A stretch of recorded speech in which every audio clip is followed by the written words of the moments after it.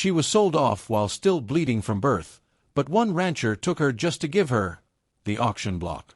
The rain had stopped just before dawn, but the mud still clung to the boots of men gathering in the crooked street of Willow Creek. The town was awake earlier than usual, for word had spread the night before. The sheriff was holding another auction. It wasn't cattle this time. A woman. No one asked how she came to be there. No one asked why her body still trembled with weakness, why the pale cloth wrapped around her was stained with blood as though she'd only just been delivered of a child. Some men came to jeer, others to bid, a few to gawk at the cruelty of it all. At the edge of the street, standing apart from the drunken laughter and the whisper of money-changing hands, was Cole Hartwell. Cole was a rancher of unusual kind. He was tall, broad-shouldered, his beard carrying flecks of gray though he wasn't yet 40. The townsfolk called him the Silent Rancher, not because he lacked words, but because he rarely wasted them. Since the day he buried his wife and the child she never lived to raise, Cole had poured all of himself into land and cattle, keeping his distance from the world of people. And yet, he was here. Something had drawn him. The sheriff's voice boomed above the restless crowd. "Boys, this one ain't strong, but she's young, and she's got good bones for work if someone's willin' to feed her. Opening bid, $2. The crowd erupted with low laughter. Someone shouted, "She won't last a week." Another muttered, "Not worth the bread to keep her alive." Cole's gaze fixed on her. She couldn't have been more than 20. Her dark hair, matted with sweat, framed a face too thin, too pale.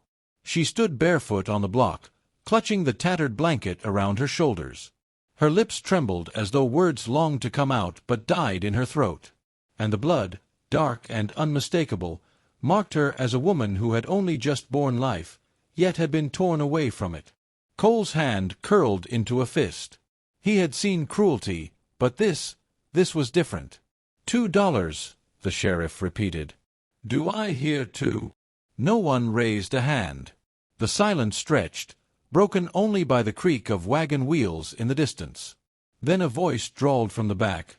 $1. That's all she's worth." Laughter followed. The woman flinched. "2," Cole said, his voice even. Heads turned. The crowd shifted, whispers rising.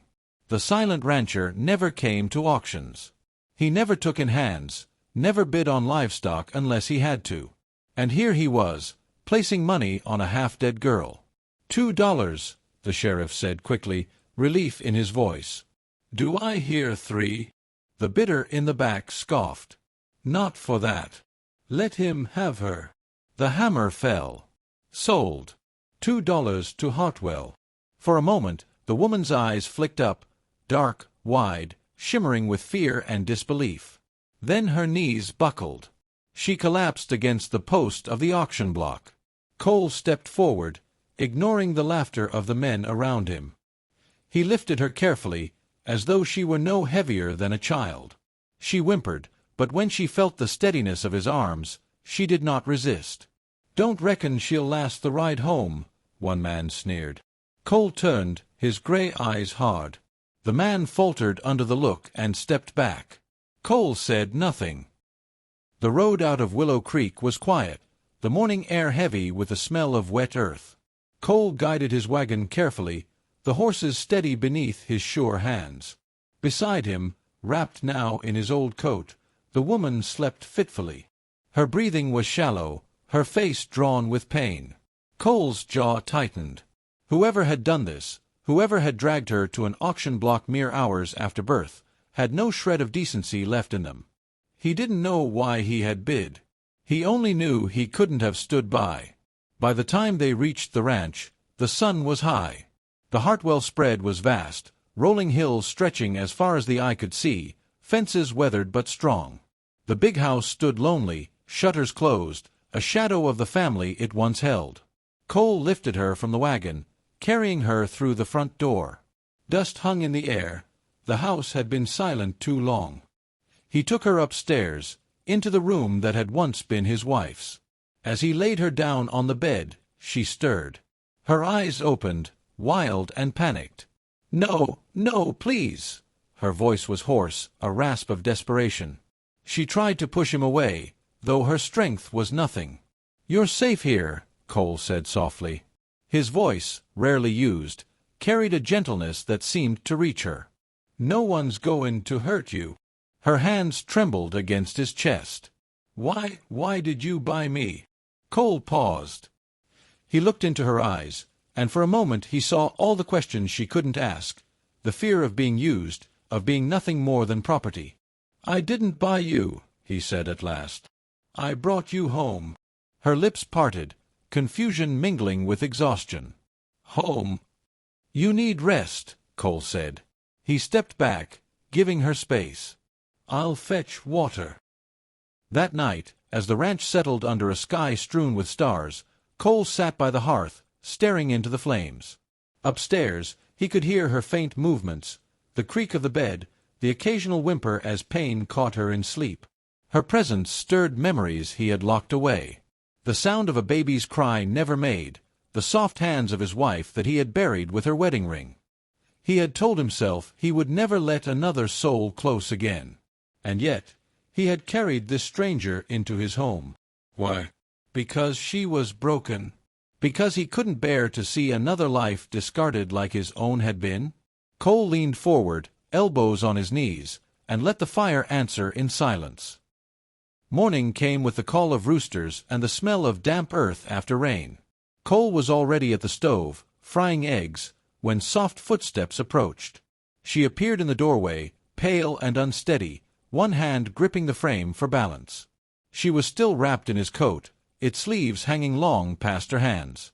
"You should be in bed," Cole said, turning quickly. "I can't lie there," she whispered. Her eyes flicked to the pan, then to him. I can work." Cole frowned. "Work? You can barely stand." Her chin lifted, a fragile defiance sparking in her. "I've worked since I was 10. I won't be a burden." Cole set the pan down. He crossed the room slowly, stopping just before her. He didn't touch her, but his presence filled the space like a shield.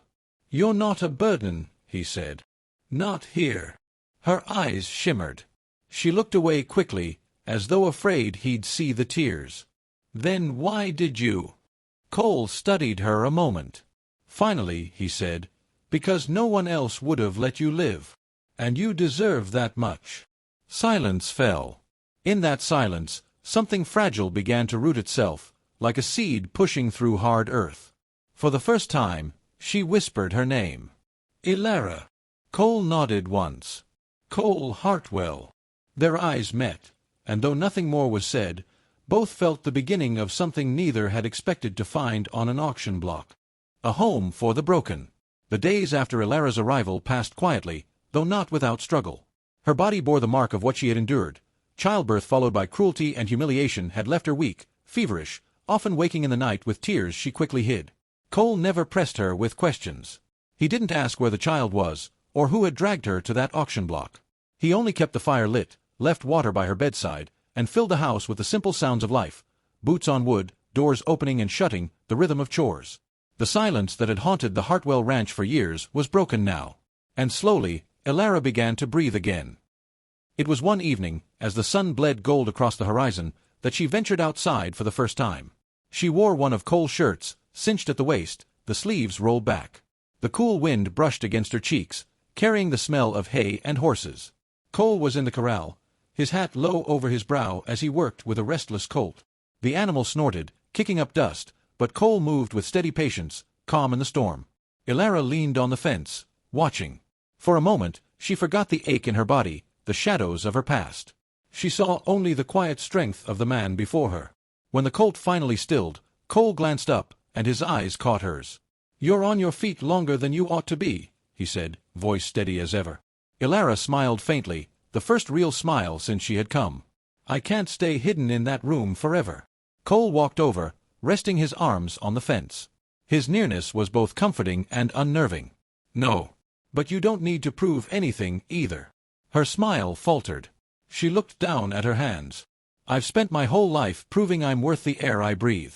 It's hard to stop now." Cole said nothing for a long time. Then, quietly, You don't have to prove a thing to me." The words struck deeper than she expected. She swallowed hard, blinking back tears. For the first time in years, perhaps ever, someone had said she was enough, without demand, without price. Weeks turned into months. Elara grew stronger. She rose early to help with chores, though Cole often tried to send her back to rest. She mended shirts, cooked meals, and learned the rhythm of ranch life. Sometimes, when she thought no one was looking, she'd hum lullabies under her breath, songs meant for a child who was no longer in her arms. Cole noticed. He noticed everything. One cold evening, as snow began to whisper against the windows, he found her sitting by the fire, staring into the flames with eyes too far away. "Elara," he said gently. She blinked, startled. I was only thinking. 'Bout the little one." Her breath caught. She turned, her lips parting in shock. "How did you?" "I didn't," Cole admitted. "But I guessed. I saw the blood. I know what it meant." Tears welled in her eyes. She clutched her hands in her lap. "A daughter. They took her from me before I could even hold her. Said she wasn't mine to keep." Her voice broke. "She never even had a name." Cole's chest tightened.